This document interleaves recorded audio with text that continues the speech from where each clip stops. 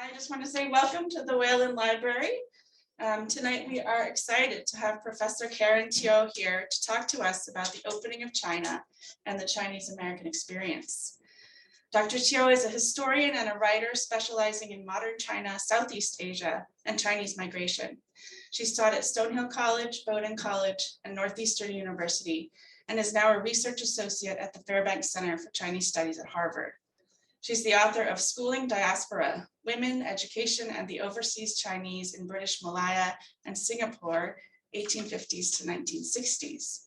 She holds a PhD in history from Harvard and a BA in history from Yale. This talk is part of our Metro West community read of Gish Jen's latest story collection, Thank You, Mr. Nixon. Her stories illuminate the experiences of multiple generations of people in the Chinese diaspora since the opening up of China in the 1970s. Dr. Teoh will contextualize some of the historical themes addressed in Thank You, Mr. Nixon. Thank you again for coming tonight. My pleasure. Just a couple quick housekeeping notes. Dr. Teoh will speak for about 30 minutes. Feel free to ask questions at any time so we can have more of a dialogue, or we've also left time for questions at the end.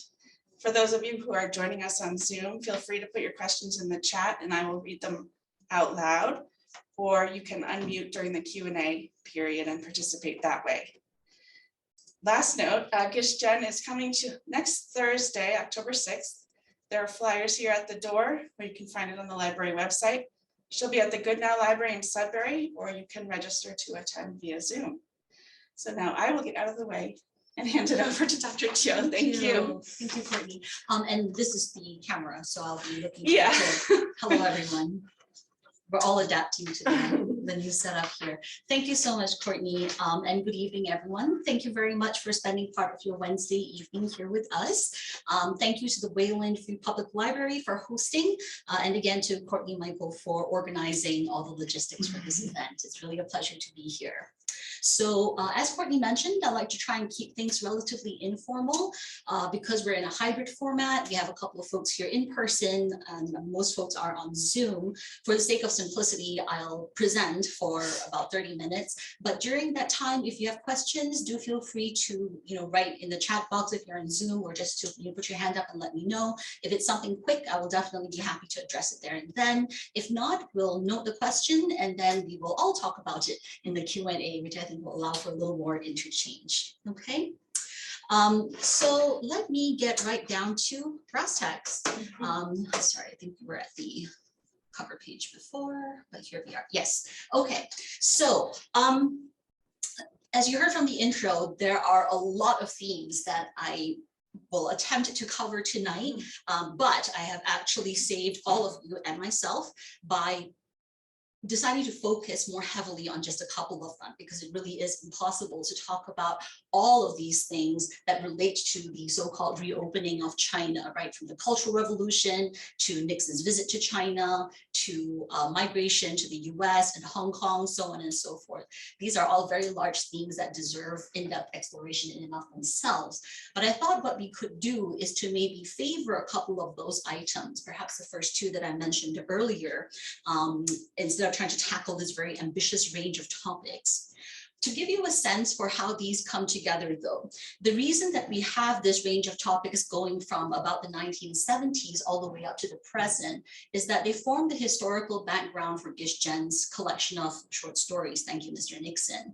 And in it, she traces stories that are sometimes first person or third person, sometimes they're about one individual, about a couple, about a family, relationships between parents and children, or husband and wife, and so on and so forth. But in some way, they're all linked either closely or a little bit more remotely to this opening of China that has resulted either in upheaval in China itself, movement of people within China or out of China, and then subsequently the next generation's experiences, especially in the United States. So they give us a timeline to follow, if you will.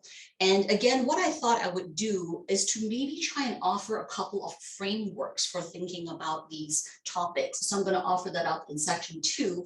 I'm calling them major buckets or categories and major themes. All right. And then as you can see, the 5 sort of main topics that we're talking about or themes, the Cultural Revolution, China's reopening, migration to the US and Hong Kong, anti-Asian racism, and US-China relations. That's basically, you know, a whole world of topics right there. And then time at the end for Q&A, right? So this is the framework, the roadmap for what we're going to be doing here. Let's see, how do I Click on the slide and then should you use the arrow. There you go. Yes. Got it. All right. So, so as I was saying, I'd like to offer a couple of frameworks for thinking about these talking points before I delve into them in any kind of detail. So the first one I mentioned are buckets or categories. I'm a historian by training, and like all kinds of academics, we use labels and categories to organize things, whether it's time periods or historical events. I like to call this a little bit of the historian's dilemma, though, because on the one hand, we seem like the kind of professionals who organize stuff, right? And I'm sure librarians too, we kind of feel like this is, you know, the burden that we carry. We have to organize things into neat categories, time periods. When did that war start and end? You know, when did this movement begin and end? We need those things in order to actually discuss anything at all. But we also know that these categories and labels can be artificial. They can be confining, right? Did World War II really begin in 1941 for whom? Or did it start in 1939 for which other countries, or 1937, so on and so forth? But I tried to create these sort of approximate buckets, if you will, in these columns to try and organize these very big events, right, to talk about. And you'll notice that these buckets or categories, the first one, I call it an event or an episode. We tend to think of the Cultural Revolution, let's say, or prior to that, there was another kind of major political and socioeconomic campaign in China called the Great Leap Forward. We would think of that as an event or an episode, right? So the Cultural Revolution and China's reopening to the West, I kind of put in that bucket because at least typically people have an idea of when they began and ended. They were concerted movements or the result of concerted and organized government policies, deliberate policies, even though eventually they took on a life and consequences of their own. Okay. And then the second bucket that I have here, I call process, if only because it unfolds over a longer period of time and isn't necessarily one centralized, organized campaign or movement. And so I put emigration under that heading because migration, as we all know, tends to be a much more dispersed, kind of bottom-up kind of movement, right? Definitely affected by government policies, but not necessarily directed solely by it. Third bucket I have here, I call public sentiment. I was trying to think of a way to categorize anti-Asian racism. How do you categorize racism? It's a form of public sentiment, I suppose, but it could also be tied into something of a belief system. And as we get deeper into any kind of prejudice or any kind of attitude towards a particular subgroup or subset of peoples, we're going to bump into that, right? A sort of combination of what seems like grassroots sentiment, but then also larger, more organized ideologies. Okay, and then finally, this last question of US-China political relationships, something that of course has existed for as long as the countries have been in contact with each other. That's kind of on the forefront of a lot of people's minds today.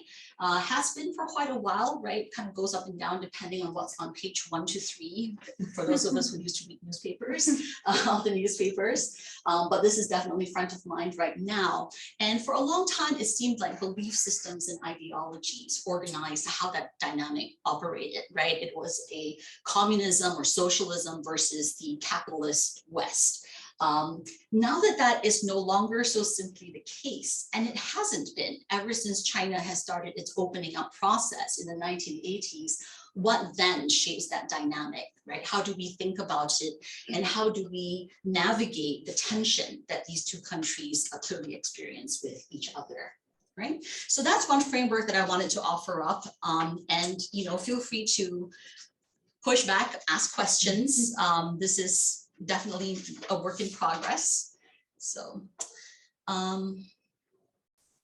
okay. A second kind of framework that I wanted to put out there is, it's a list, it's not a framework, it's a list, 3 bullet points. But I wanted to highlight a few themes that Gish Jen brings out in her book, and that I think also relate to the sort of 5 themes or topics that we mentioned earlier.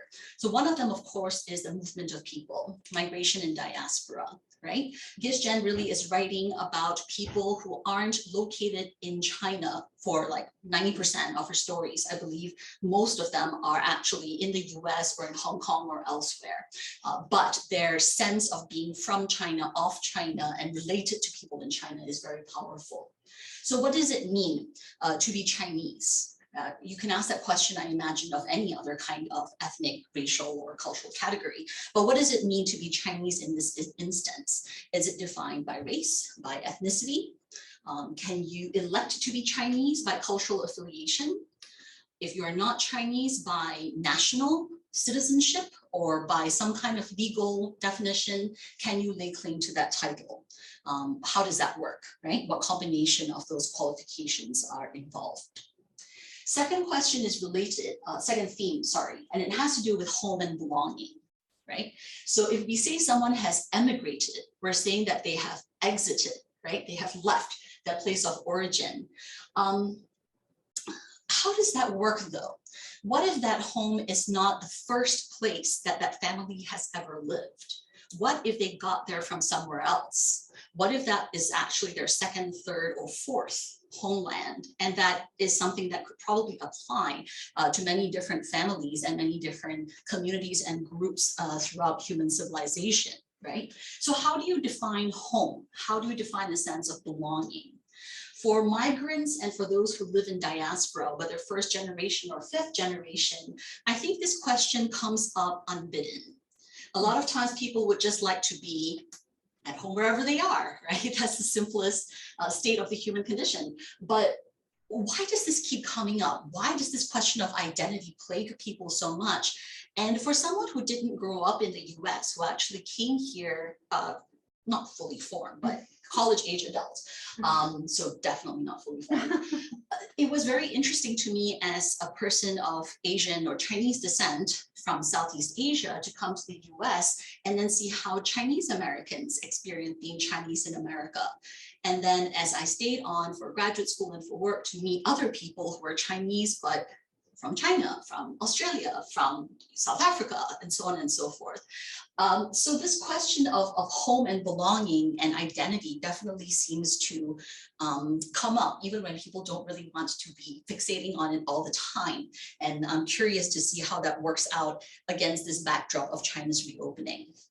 And finally, families and individuals, right? As mentioned, that's one of the organizing principles of Gish Jen's book. She has, I think, 9 short stories in there. And even though they don't all treat the exact same characters, they're all kind of related one to the other, different generations, or it's somebody's granduncle or somebody's grandchild and so on. What happens when the ties that are supposed to bind no longer do? How much of that can you blame on socioeconomic or political change? How much of it is the result of these ties being stretched across physical distance, and how much across cultural distance, right? And how is it that despite these forces pulling these ties apart, when people live on opposite sides of the globe, that very powerful senses of obligation and connection continue to persist? It's a little bit like that dilemma with home and belonging, where people are just like, look, where I am is where I am, it's where I'll be, and so on. Why? Right? There's this old chestnut that comes up when people look at Chinese society and Chinese history. They say that a lot of times in Chinese or East Asian cultures, there's much more of a focus on family and community. People are outward and other focused, in contrast to Western civilization, where things are very inward focused, very individualistic, right? The contrasts, especially with sort of post-Enlightenment Europe or American society. I don't know that that's strictly true. I don't know that the division is that neat, because honestly, of course, people throughout history and all over Asia have been perfectly capable of navel gazing and of reflecting on selfhood. The who am I? Who am I in opposition to all of these other people? What do I choose to be? And again, how do I define my culture, my ethnicity, my nation, and so on. So there are many other themes that could be pulled out of Jen's book. Gender, socioeconomic class, the creation of art and literature, but of course we're not going to go into all of that. Okay, so I just raised these, and please feel free to latch on to any of them or to explore them in our discussion. All right. I will now lead us to plunge right into bucket number 1, the Cultural Revolution. So I'm going to focus a little bit more, as I said, on the historical event/episode of the Cultural Revolution and the reopening of China, if only because, I don't want to make assumptions, but I feel like because this has to do with quote unquote Chinese national history, so to speak, they kind of belong together, and it will give us a solid historical background. And then as we get into discussion, we can talk more about things that seem a little more open-ended and wider in time. The migration process, anti-Asian racism, and so on. Those things span centuries. Yeah. So I feel a little silly saying this because I kind of feel like, folks who come to this kind of presentation probably already know this, but the Cultural Revolution lasted from 1966 to 1976. Of course, at this point, China has been, the People's Republic of China has been ruled by the CCP, or the Chinese Communist Party, for about 20 plus years.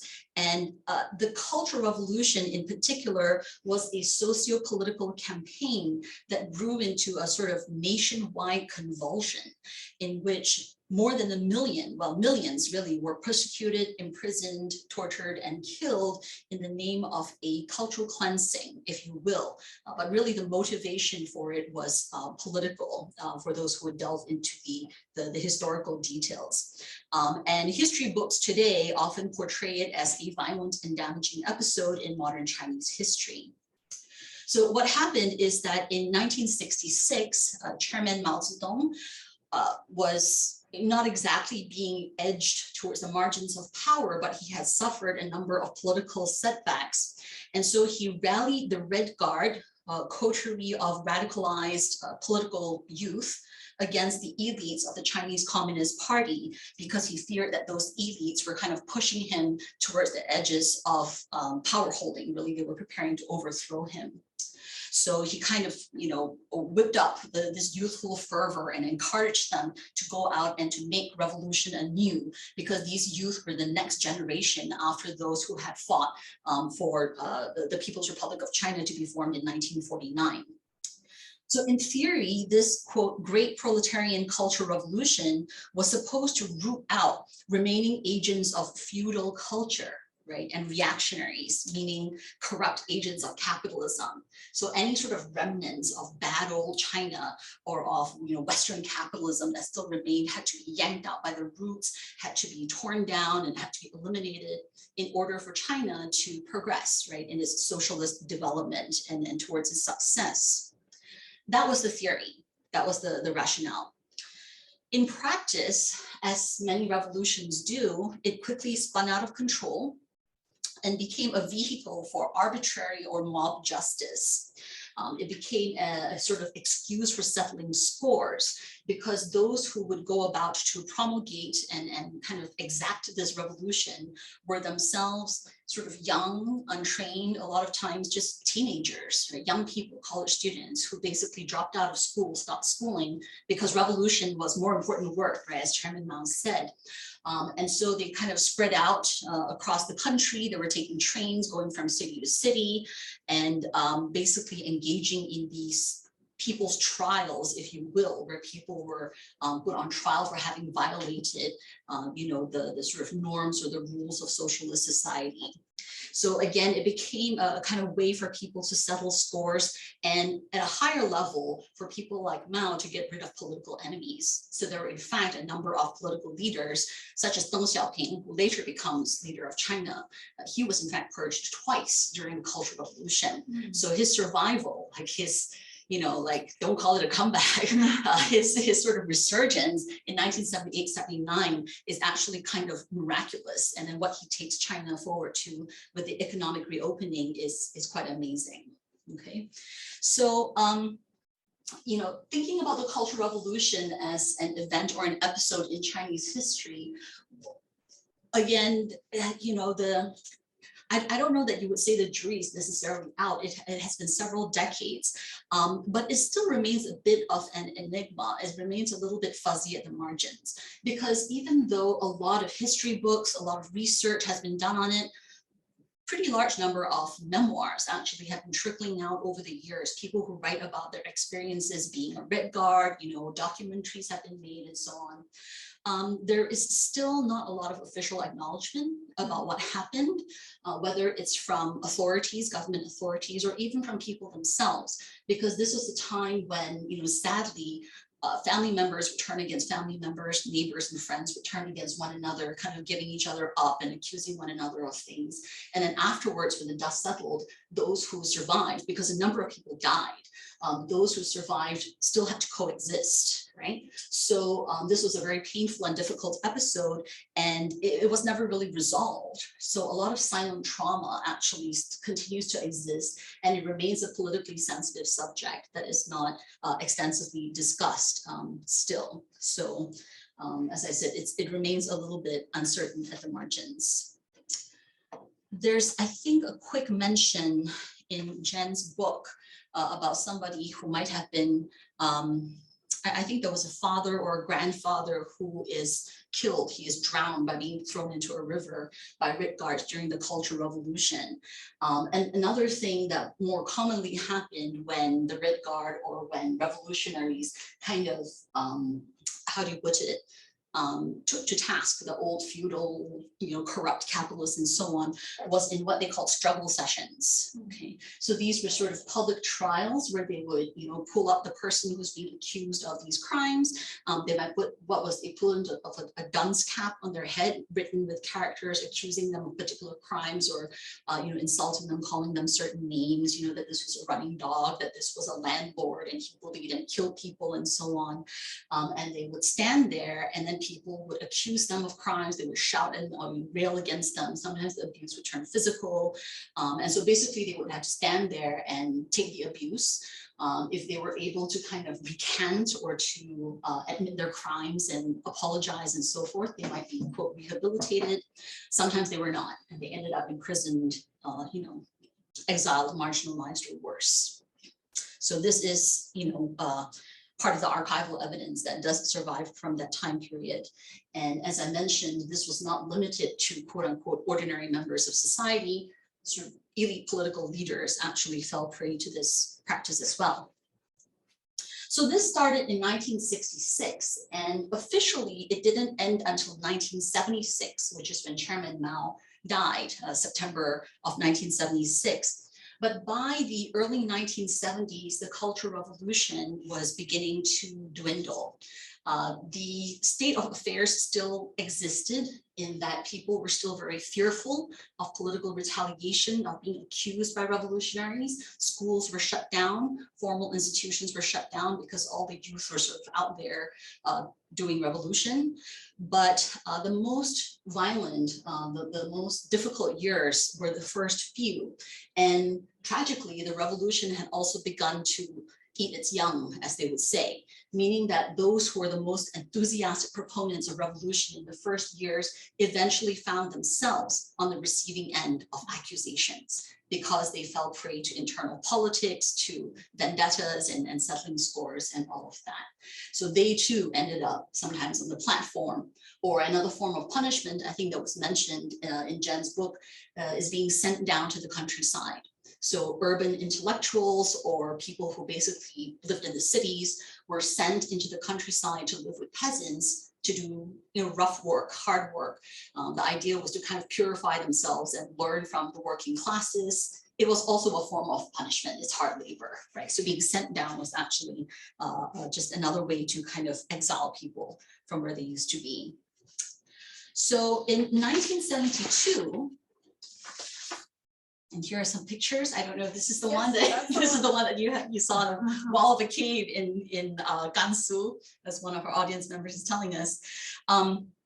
In 1972, the United States and China surprised the world by appearing to mend fences with President Richard Nixon's visit to Beijing. And this was a diplomatic coup that was engineered by Premier Zhou Enlai and Secretary of State Henry Kissinger. So this was, of course, it was a very complicated set of geopolitics behind this. China and the Soviet Union had fallen out in years before. And so each of the communist states was standing on its own and then trying to figure out how to kind of, reduce tensions with the United States while not losing their own credibility at home and so on. So China scored the first hit, 1972. And here we have the handshake scene around the world, I guess. Okay. We have one There we go. question. Oh, yes, real please. quick. Ethan asked, there's also a in your mention of memoirs. There's a historical fiction novel called Revolution is Not a Dinner Party by Ying Chang Kompenstein about an upper class girl and her experiences near the end of the Cultural Revolution. And have you read it by any chance? I have not, but that sounds fascinating. I think the years towards the end of the Cultural Revolution aren't necessarily deeply explored. I think a lot of people tend to talk about or know about, the very dramatic, the very tragic and difficult early years. But what happens towards the tail end when things start to get, strange and stagnant and opaque, that's not necessarily clear. There really has been this outflow of, there's a name for it, it's on the tip of my tongue, but this kind of almost like trauma literature, if you will, from the Cultural Revolution. And of course, revolution is not a dinner party is a very famous quote from Chairman Mao. One of his early writings when he was, a young communist, and this was the new time of the Long March and all of that before the 49 revolution. In one of his treatises, he had said, revolution is not nice. It's not about making speeches. You don't write books. Revolution is not a dinner party. You break things. You're like a tornado. You're a force of nature. Revolution is destructive. And so it was that very kind of philosophy that inspired the Red Guard. They went around literally smashing things, smashing statues, temples, gravestones, so on and so forth, because they were the bad old feudal times. And so that ended up being very destructive, of course, for those who wish to preserve culture. But in their minds, they were following the word of the chairman. So thank you for mentioning the title. I'll look up for it. Any other questions at this point? I know I've gone on for a little bit. I would just also recommend another book that I just finished, and we had the author here a couple weeks ago. It's Daughters of the Flower Fragrant Garden, and it's about two sisters who were separated in 1939, I believe. Okay. One was on the Taiwan side and one was in China. And they're separated for 30 years and then they come back together, and you see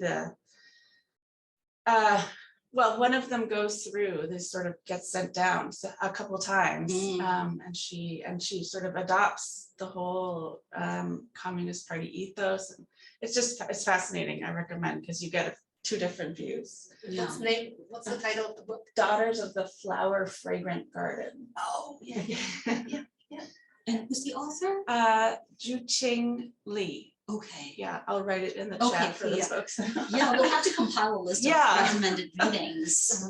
So and then there's another book, probably by Jun Chang. Yes. Wild Swans. Wild Swan. I mean, it's her personal story, but it is related, from 1920s to until she became the author. Yes, Wild Swans, that's by Jung Chang. That's the original Cultural Revolution memoir. That was the first one.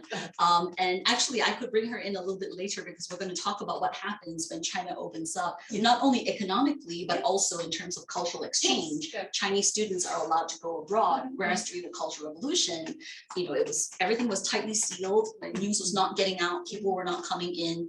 And so, in fact, for a long time, even when Nixon showed up in China, there wasn't very good awareness in the West about what was happening at the time. So after 1972, as news begins to trickle out, and then you get into the early 80s, and then Wild Swans comes out, and then more of these memoirs begin to appear, people are pretty shocked. They had no idea that that was happening. If anything, there was still a kind of idealization of what socialism could achieve, at least in theory, because they didn't know about the excesses of the 60s and 70s. To go back to the point you made earlier of the sensitivity in China, Wild Swan today, still it's a forbidden book in mainland China.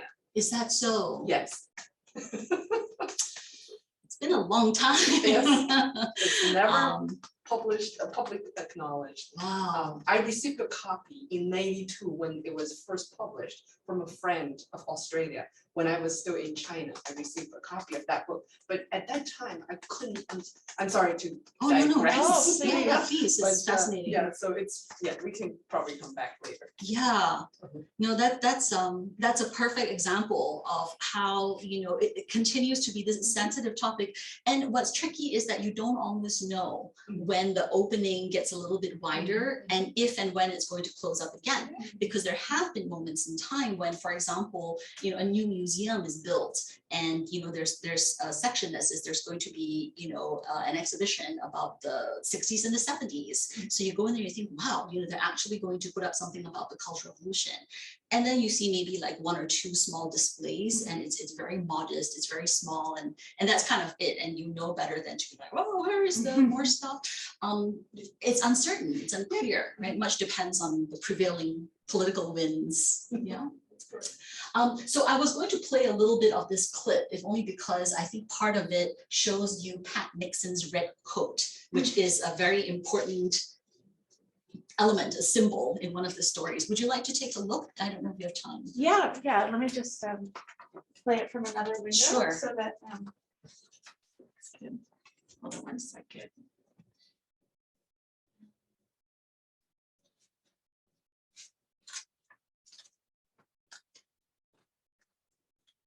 Let's see it. There we go.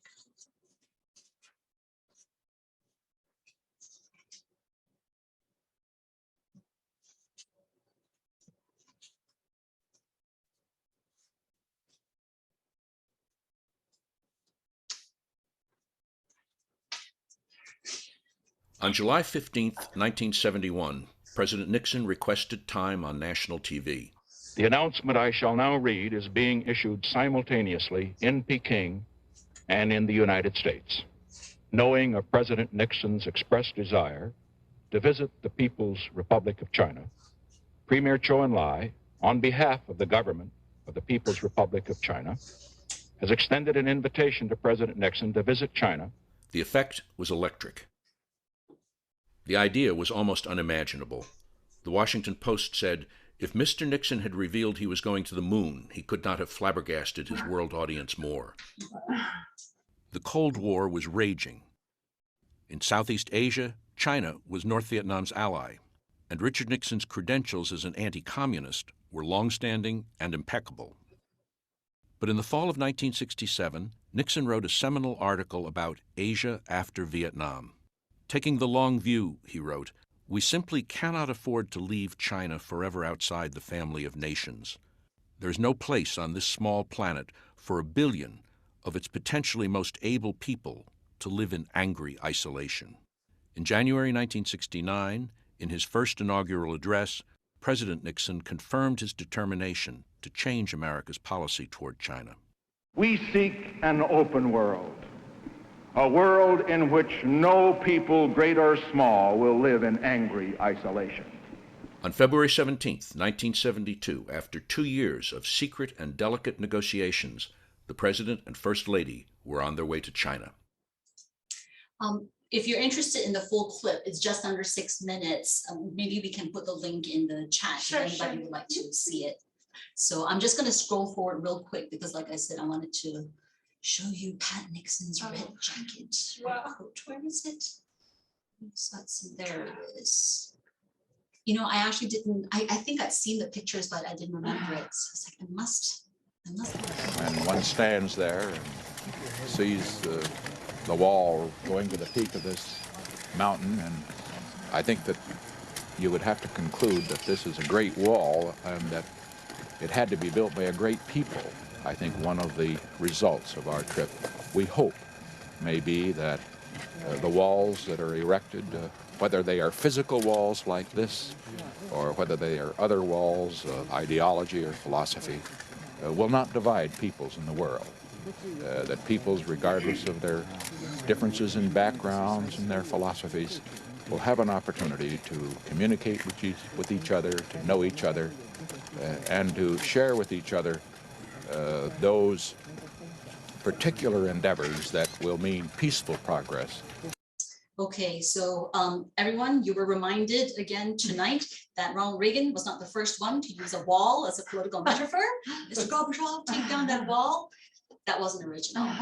Nixon had it first. So I'm not trying to be a Nixon booster here. I do want to let you know that if you're curious and if you go online and you want to Google, let's say Nixon's visit to China, the first like 15 hits that you get are going to be from the Nixon Presidential Library. So which is where this clip is from.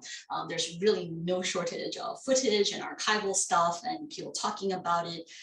Maybe especially because for the folks who are historically minded, this was in 1972 and we're in 2022. So it's actually the 50th anniversary of Nixon's visit to China. And I know, especially during the 40th anniversary, there was a whole slew of events, a lot of like discussions and panels and presidential historians writing stuff. So for those who are interested in this aspect of history, do I just escape out of this? I'll let you. Sorry. No, that's all right.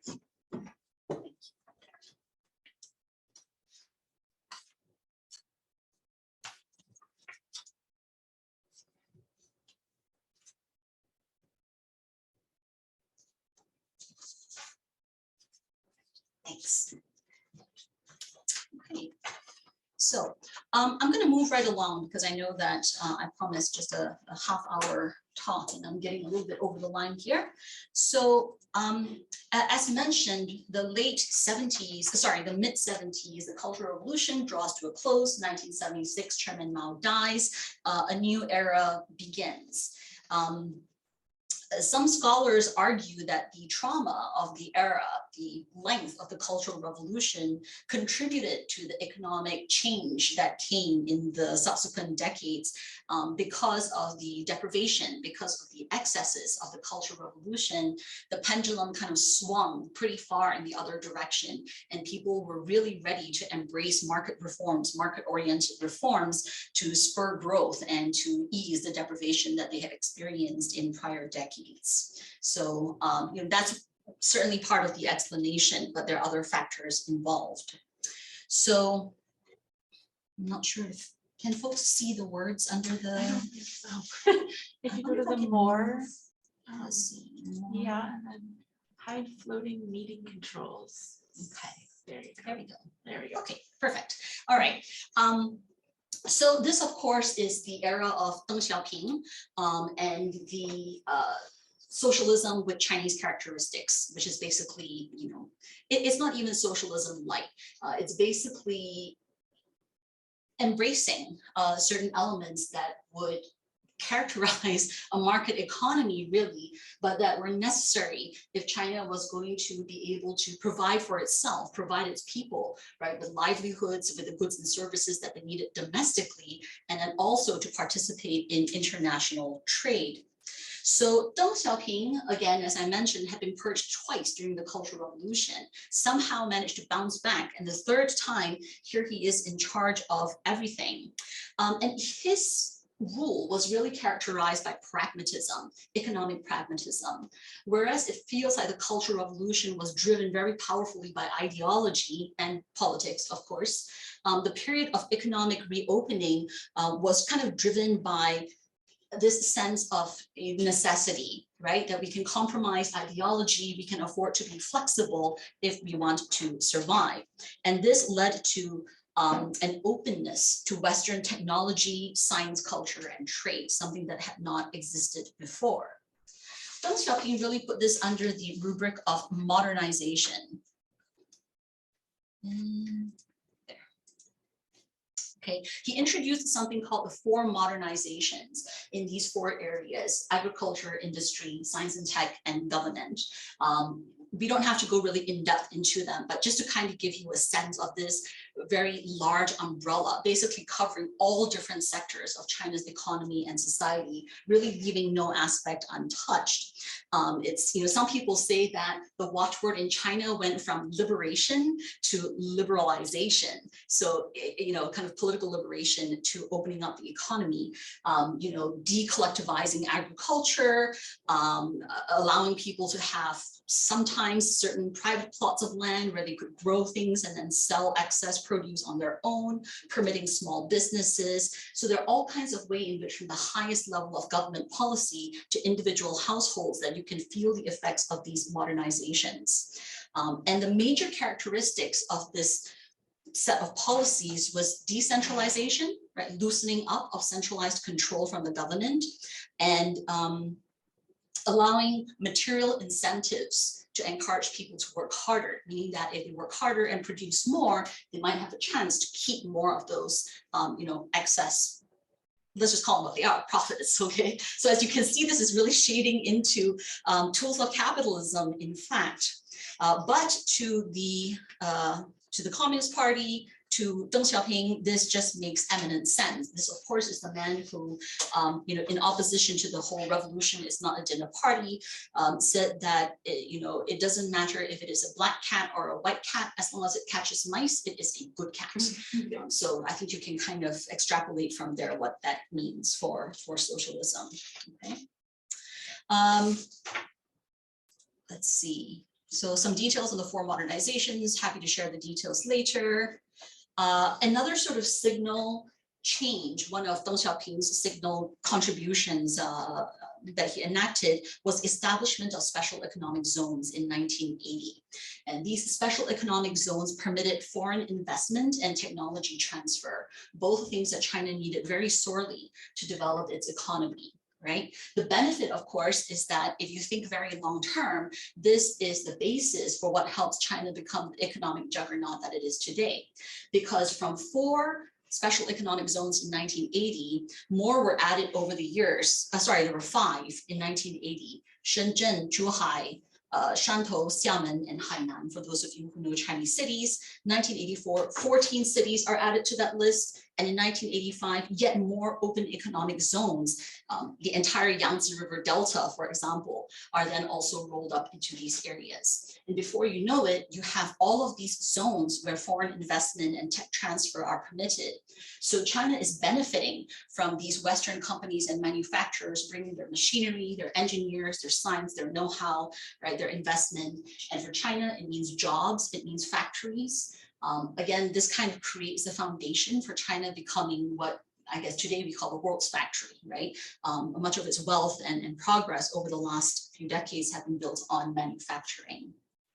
So besides opening up these channels in trade and investment, there were also diplomatic and cultural exchanges that began to occur with the West. So this comes back to the book that you mentioned, Wild Swans by Zhong Chang, written by a woman whose grandmother, I believe, was a concubine to a Manchu general during the late Qing dynasty, whose father and mother were Chinese Communist Party cadres, were high-ranking officials who were then purged during the Cultural Revolution and made to suffer. They were sent down.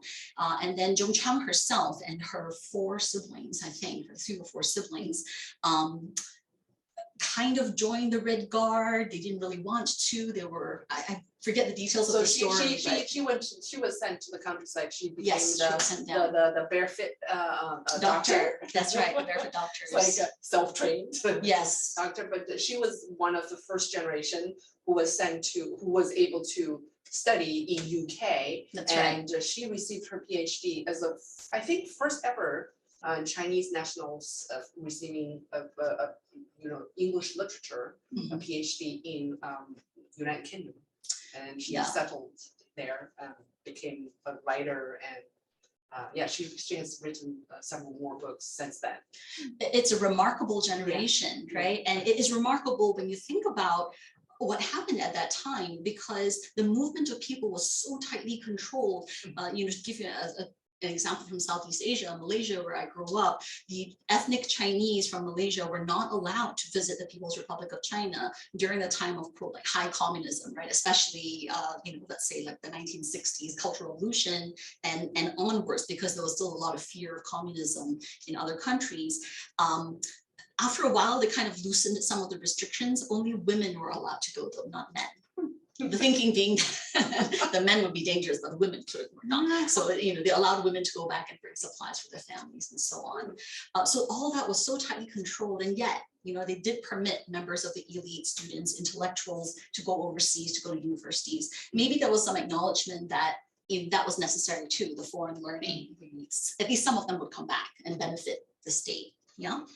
So some of that also links into what is discussed in the short stories when you talk about migration, because migration happens in all these different levels. Some is planned, some is unplanned, legal, unofficial, and some of it happens to people who have relative means.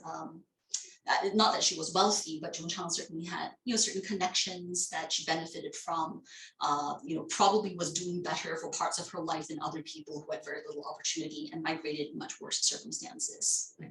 So there's all of that, okay? So this is just another poster and a sort of example about how, it's not to say that the cult of personality has completely gone away. The imagery here is kind of unmistakable, but Deng Xiaoping was much respected and much loved, in fact, for his economic pragmatism, because at the end of the day, there was a sense that, if China was to progress in the late 20th century, if it was going to catch up with the West, then whatever it had been doing in prior decades in terms of very doctrinaire execution of socialist or communist policies, that hadn't worked. In fact, there had been a number of disastrous episodes that had led to famine or hunger or economic fallout. And so at this point, whatever he was doing seemed to be working very well, so much so that I think by the 80s and 90s, I think it was kind of a watchword for him that people would say "Xiaoping ni hao," which is kind of like, it would be like saying to your president, like, "Yo, Barack," instead of "Hello, President Obama." It's very casual, but it's kind of, people felt that sort of affection. They felt that he was, if not like this, at least mentally kind of on the same page as they were in terms of being practical about the people's future, as opposed to the lofty chairman Mao, who was like a god and who could not be approached that casually, not if you wanted to keep your head on your shoulders. So these were really the main couple of things that I wanted to mention. This is an old political comic. I'll just leave it up there for a moment for you to take a look at.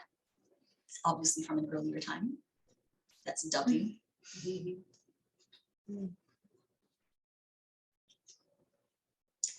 2006, 2005. I can't see quite. No, 2000. It's obviously old. But it's interesting that if you swapped out the characters with actors from today, the political actors from today, if you put Nancy Pelosi in there, for example, saying that she's going to Taiwan, the joke still stands. Right, the political cartoon, the punchline still works. So it's just by way of showing that certain political issues, certain kinds of tensions remain, that economic pragmatism cannot solve and get rid of all kinds of issues. And these are, of course, coming back to the fore at present.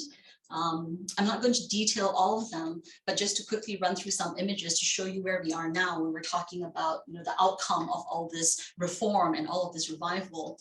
We mustn't forget that China is massive, that China is not just a country, it covers an enormous geographic space. It covers an enormous diversity of ethnicities, of cultures, of different kinds of landscapes, and therefore different kinds of agricultural economies, different kinds of histories and religions and so on. And so on the one hand, people think of modern China as being like this futuristic modern landscape, right? This view of Shanghai with that really funky tower. And at the same time, this is the same country where certain kinds of agriculture is still being practiced in fashions and with techniques that would not be amiss from hundreds of years ago. right?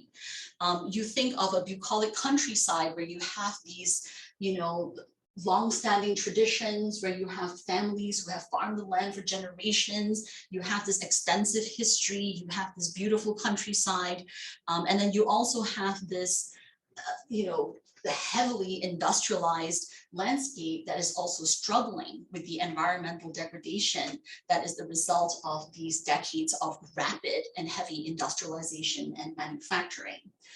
Just as a side note, this is obviously not to condemn just China for this. There is a strong argument to be made that the countries that produce a lot of the world's pollution right now do so because they have been trying to catch up with Western countries that manufacture their goods in these places. And as some scholars have argued, have exported their pollution to these countries and then turn around and say, you guys need to clean up your act. So that's very complicated.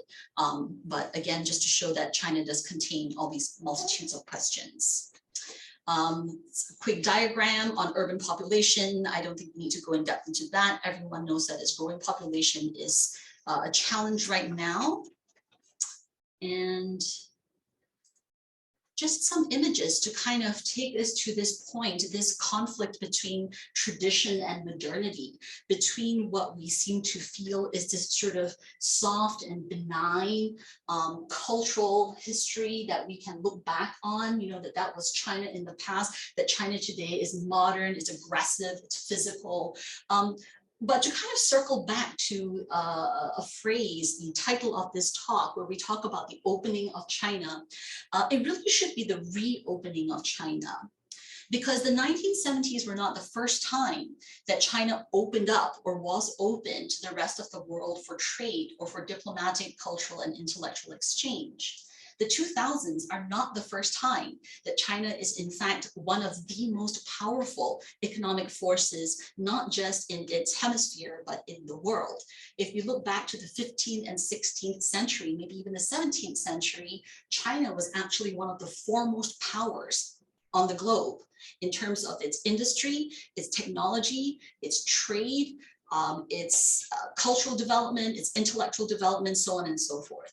Obviously, things trended up and down, but just as an example, I think many of us have heard of how in the 15th century, there was a famous admiral, a eunuch admiral, they called him, who headed up a fleet that traveled all over Southeast Asia. According to some conspiracy theories, he got as far as North America. That's still in the realm of conspiracy theories. Point being, though, in the 15th century, China owned the most powerful naval fleet in the world. So when people talk about the opening of China today, let's not forget the "re" in front of it. Let's not forget all the historical context that comes with it, and allow ourselves to explore all of these contradictions, even as we shade into yet more tricky topics like migration and diaspora, ties that bind and ties that loosen. Okay, so I'm going to pause here. Thank you for your patience and attention. I know I've gone over a bit, but please let me know what questions I can get to, or if there are any comments you would like to share. Thank you. Thank you. Thank you. Should I, I'll let you change the screen. Sure. Actually, if you stop sharing. Okay. How do I do that? Slideshow click to exit. Let's see, so I've exited, but I'm not sure where the Zoom. Oh, I'm sorry. That's okay. I lost the controls. Where did it go? That's funny. If you open the PowerPoint, maybe it'll. There we go. But how did you lose? Oh, there it is. Okay, stop share. There we go. All right, cool. And instead of me up there, maybe we should put with the permission everyone else and has their consent of the camera host. up, but yeah. Oh, okay, that's all right. That's all right. No pressure. I can do that. No pressure. Does anyone have any questions? Feel free to unmute. And I'll look at the chat box as well. Yeah.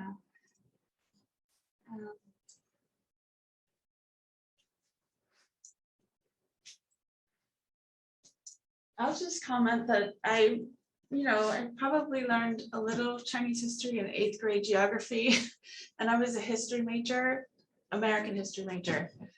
And I'm learning so much from Gish Jen's book, and then this other memoir and your talk, and I'm really grateful. But it's fascinating, the themes that repeat across the globe at different times and places, like the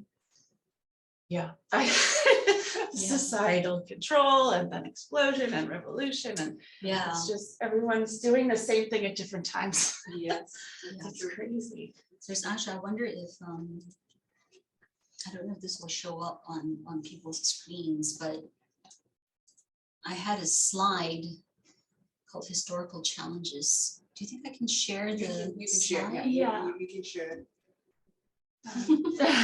I'm afraid to do something wrong. I know how to whoops. Okay, don't minimize So just this one. share screen. Okay, share screen. Not the little arrow, but the Oh, just green. hit Just, share yeah, screen. hit share screen. And then pick the bar. There it is. There you go. Excellent. There you go. Very good. Okay, so just since you mentioned that, Courtney, this is oh no. Okay, I'm not going to touch anything.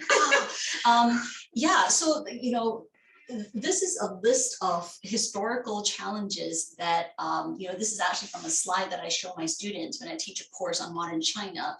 Over the passage of 14 weeks, we look at China from, let's say, the beginning of the Qing dynasty all the way to the present, and then as a roundup, we kind of step back in the last class and I say, okay, one of the questions that I asked at the beginning of the course, and now that I'm asking you again, what are the main challenges that China has had to grapple with, whether you think about it from a governmental point of view or from an ordinary citizen's point of view. And this is a list of them, and as you said, really it doesn't just apply to China, it could apply anywhere. Maybe the difference for each particular location and time period is emphasis or examples of how these things manifest. Yeah. Right? Yeah. How do you concentrate power? How do you unify a diverse set of states that were originally brought together by conquest in the first place, right? Thousands of years ago, it was still conquest that brought them together. So you don't necessarily have a natural affinity because of culture or language or religion and so forth. So how do you create identity? Legitimacy of rule, right? Under the imperial system, there was the mandate of heaven, where an emperor is heaven's representative and so on. But today, how do you legitimize rule? What's the mandate, right? Is it through the will of the people? Is it through some kind of ideological purity? What's it going to be? And this is a big one, modernization without losing one's culture. You can actually extrapolate from there to the diaspora, right? Of course, if you let scholars do this, we're going to parse every single word, so don't let me. But I will tell you that anytime you say the word modern, all historians, like the hairs in the back of their necks will rise, because everyone's like, well, what does it mean to be modern? And modern how? And it's true, right? It's kind of a cliche, but modernization has so many definitions. What could it mean? And whatever it means, how do you accomplish it, whether it means westernization or becoming more of the present than the past, or divorcing tradition and so on? How do you do that without losing your identity or your culture? What if it's a choice? What if you do want to divorce your tradition or culture? Well, is that bad? Is that wrong necessarily? And that's something that I think the Chinese Americans in Gish Jen's book, they may not grapple with it explicitly. I feel like that's a theme in a lot of the sort of first couple of waves of Asian American literature. But it does come through in generational conflicts, when, let's say, parents expect children to come home, right? Parents who migrated from China to Hong Kong want their kids in all parts of the world to come back, be in Hong Kong, be physically next to me. And the kids are like, no, right? The world is my oyster. Being in New York is no different from being in Hong Kong versus you being in Shanghai. So it's, it's really interesting to see how all this plays out now when people use the internet and the digital world as different measures of space. And distance. Yeah. Let's see. Yeah, we have one more question. Pause share. Sorry, you had a comment. I see there's a chat. Is there? Yes, there you go. Yeah, so Ethan's question. What would you think of comparing Hong Kong's relationship to China with the West Berlin's relationship to the Soviet Union? Was it like a bone in the throat or something else? That's an interesting way of phrasing it. And I'm going to say hi, Ethan, because he's actually one of my former students. Oh, that's awesome. Thanks for coming by. Let's see. I don't think so. I don't think they're analogous, because you kind of call back to that previous screen, that question of unity versus diversity. And Ethan, feel free to interject if I'm kind of not answering on the right track here. But for China, I think the problem has always been that it's so important, it is such a priority for it to be considered unified, that its territorial integrity is, it's not next to, it is the same as political integrity to like its spiritual integrity as a country, if only because, especially in the 19th century, after the Opium War in 1842, China lost the Opium War to Britain, and that was a signal break, because China had been weakening for a while, but after 1842, it began losing chunks of itself to Western countries, and that began a sort of 100-year slide into economic oppression and humiliation and so forth at the hands of Western countries in particular. So in 1842, Hong Kong was handed over to Britain as part of the settlement for the 1842 Opium War, and along with later on the loss of Taiwan to China, right, in 1949, that's considered, it's just illegal. It's just, that's not right. By rights, these pieces of land belong to the People's Republic of China. And so it's not even about being a different, when you say a bone in the throat, I wonder if you mean like, just an irritant, right? Because it's being different, it's being rebellious, it's being not quite separatist, but right, about as close as you can get. I don't think that's it. I think the challenge is that they need to find a way to reintegrate, because otherwise it's almost a cognitive dissonance to this idea of how can there be, different parts of China? No, they are all one.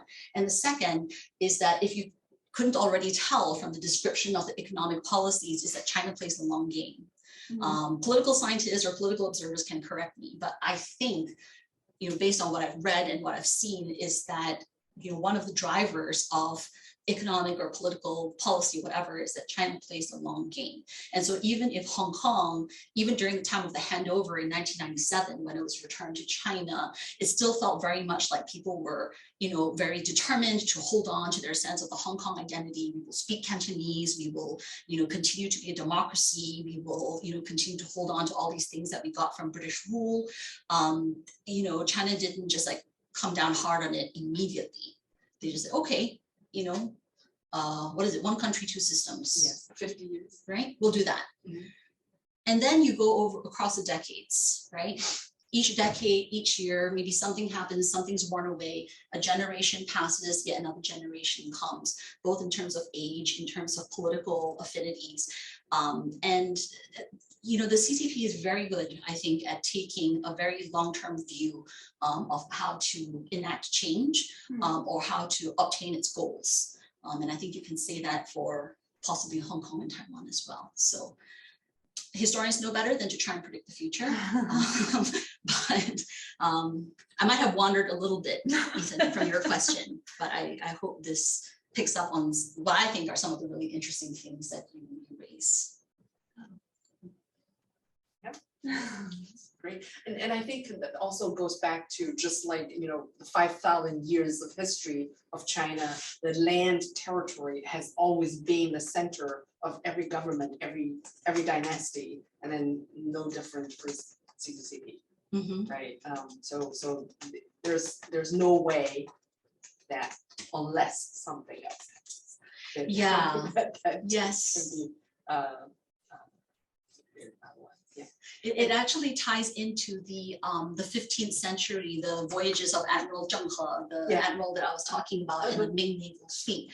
They built ships and boats that dwarfed the boats of the Spanish, of Christopher Columbus's boat. There are these scale drawings that show how much more massive the Chinese ships are compared to the little Spanish galleons that made their way to the New World. But even though China had the capability, they had the power, in fact, at that point in history to send forth that admiral and those fleets of ships, which went on multiple voyages over a decade. They could have conquered the lands that they visited. They were rich enough, they were powerful enough, and they already had diplomatic and political relationships with these countries such that if they had wanted to, historians say, they could have colonized these countries. They could have been first in the global imperial game. This is before Spain and Portugal and the Netherlands, and then eventually Germany, France, Europe get into the act and begin colonizing all these different territories. But what did they do? They turned around, right? First of all, their idea of flexing, as my students would say, or exhibiting power was not to take those lands. It was to establish a relationship of dominance, and that's enough. They didn't want to govern those extra lands. They just wanted to be powerful in and of themselves.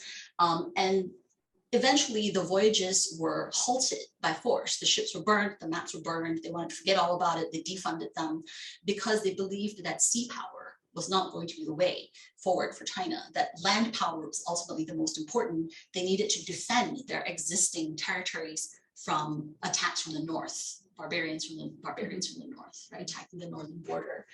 So that was the belief that, we don't look to the ocean, we look to the land. And so those possessions for historical, for symbolic purposes are crucial. Today, not necessarily the same because China is developing all parts of its military, including its naval forces. And of course, it looks at the sea as any sensible modern country would.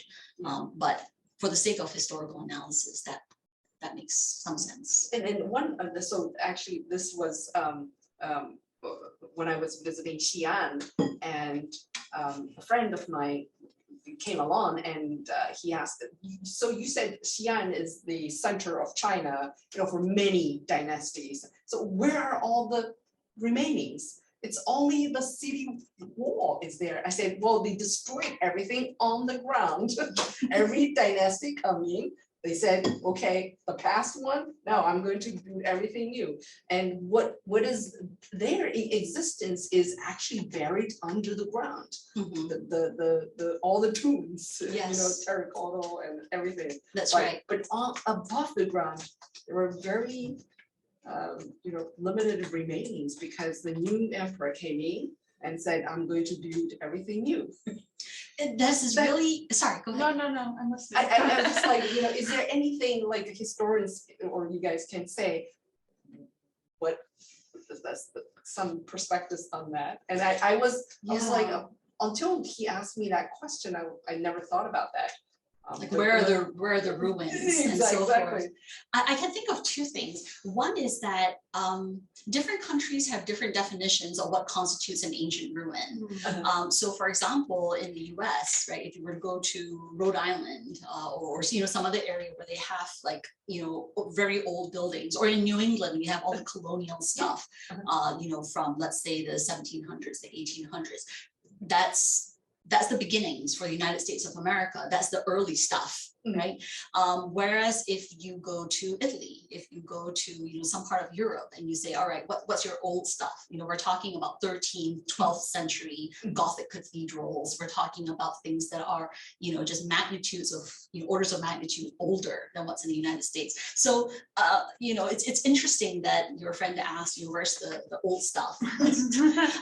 That's one aspect of it. China has plenty of really old stuff. We go to the Dunhuang caves, and so forth. But you find a lot of it was buried. Yes. Was either like that was caves only was found by accident. Yes. And the terracotta was found by farmers. Underground. It was buried. So a lot of things were buried underground. Maybe if you think about the science of it, because it's better preserved. It is, but also second point, cultural revolution. And change over time.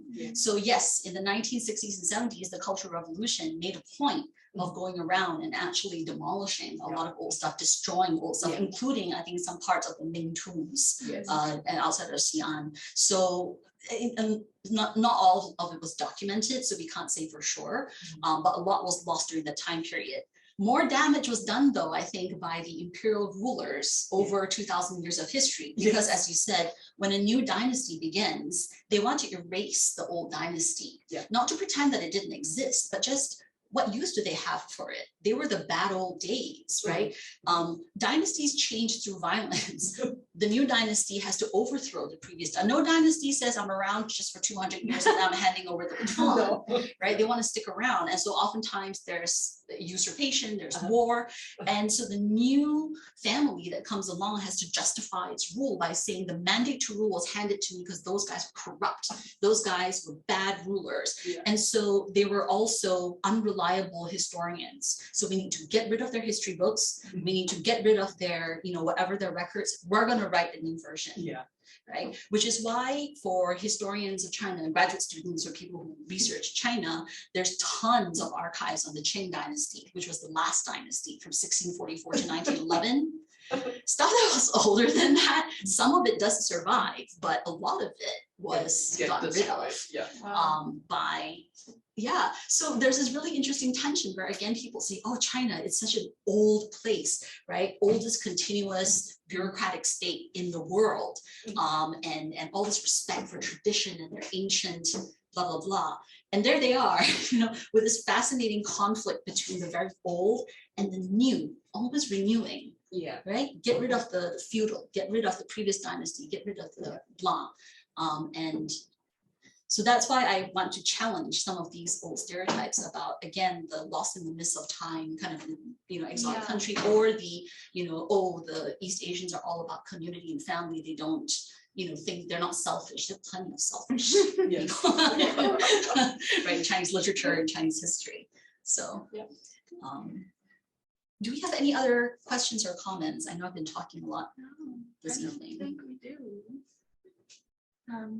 Maybe it's a good place to stop and say thank you so much for your presentation. No, thank you, all of you. Thank you for the great questions. Great, thank you.